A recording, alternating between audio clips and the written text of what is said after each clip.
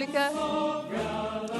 É a trilha sonora da tragédia. Mas que cara que você está fazendo? Eu não entendo. Sim. É o hino da República Federativa dos Estados Unidos do Brasil. Então você pega essa república para você, porque essa república não me serve. Por isso que eu uso uma gravata preta em todo o 15 de novembro. Eu não consigo... Que essa é a data da desgraça nacional. Não, eu não entendo É o você, aniversário da desgraça nacional. Tá bom. No Brasil, você é um imperialista, Sim, claro. certo? Evidente. É. E o teu partido dos Estados Unidos é o Partido Republicano. Você fez campanha aberta. Muito embora a gente não vote lá, né? Mas você fez... Bom, era a única campanha que você podia fazer aqui também, né? Lá eu que podia, aqui a regional eu podia tinha falar. censura da madame. Mas, enfim, lá você fez campanha para os republicanos. Eu não entendo você. Não há contradição alguma. Você tem que entender que há um procedimento, um processo histórico. Ninguém é monarquista simplesmente porque gosta de uma coroa. Você tem uma outra razão. O Brasil foi fundado pela monarquia. Quando o Brasil rompeu com a monarquia, rompeu com os pais fundadores, rompeu com todo o sentido da pátria. Os Estados Unidos não. Os Estados Unidos, para existirem como tal, tiveram que romper com a monarquia inglesa. Então não tem sentido ser monarquista nos Estados Unidos.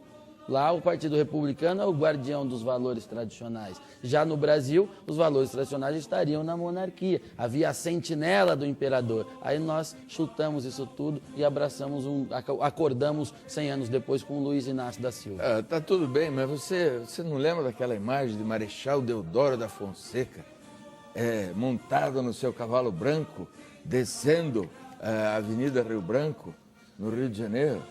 Uma imagem linda. A República do Brasil é tão patética que o Marechal Deodoro proclamou a República dando vivas ao imperador, constrangido, porque a República era ilegítima. A população, o povo, a legitimidade popular era monárquica e boa parte continua sendo ainda. Aquilo foi um golpe de uma junta de idiotas, com algum poder militar que fizeram aquilo às forças. Você derroga totalmente então a qualidade do positivismo de Augusto Conte. Totalmente.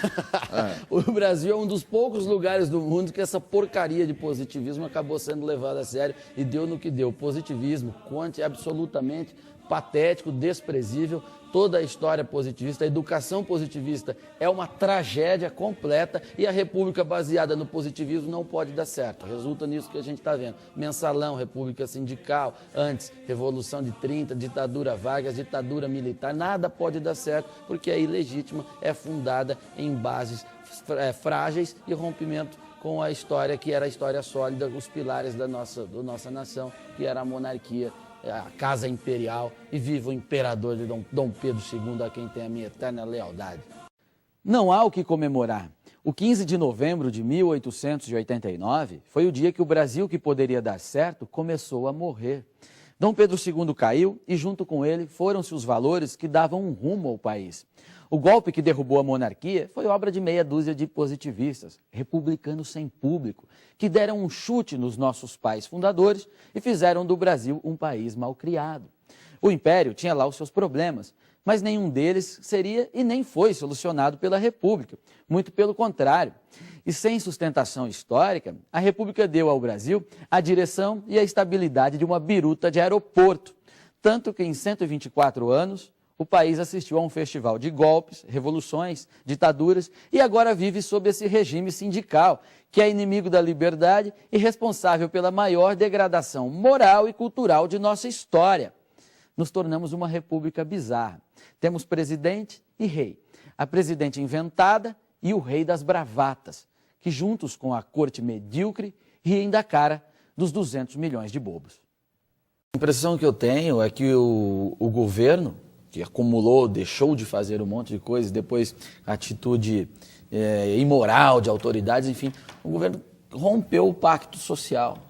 O pacto social, as pessoas e Estado, aí eu estou falando um pouco de teoria política mesmo, está rompido, tanto que as pessoas estão preferindo a ação direta, vai lá daqui, desce do carro que eu vou linchar, não confio mais na polícia do Estado, que eu confiei a minha segurança antes, enfim, acaba acontecendo tudo isso. O Congresso, a maioria não é eleito pelo voto direto, é na questão proporcional, Por voto direto lá não tem nem 20%, tenho falado isso aqui diversas vezes, então o Congresso tem representatividade. Aí, Deninha, colocando de forma mais ampla e falando sério, várias vezes aqui eu citei, eu sou monarquista e tal, e fui chamado de louco por um monte de gente que desconhece completamente o assunto. Eu acho também que você é louco. Tudo bem que você acha que é louco, mas você também não conhece o assunto. Na casa da monarquia, no caso da monarquia. Não tem. Se o Brasil, qualquer país monárquico, Inglaterra, a Suécia e tal, se acontece esse tipo de crise que está acontecendo aqui no Brasil, o monarca vai, dissolve o Congresso, convoca novas eleições, zera o jogo.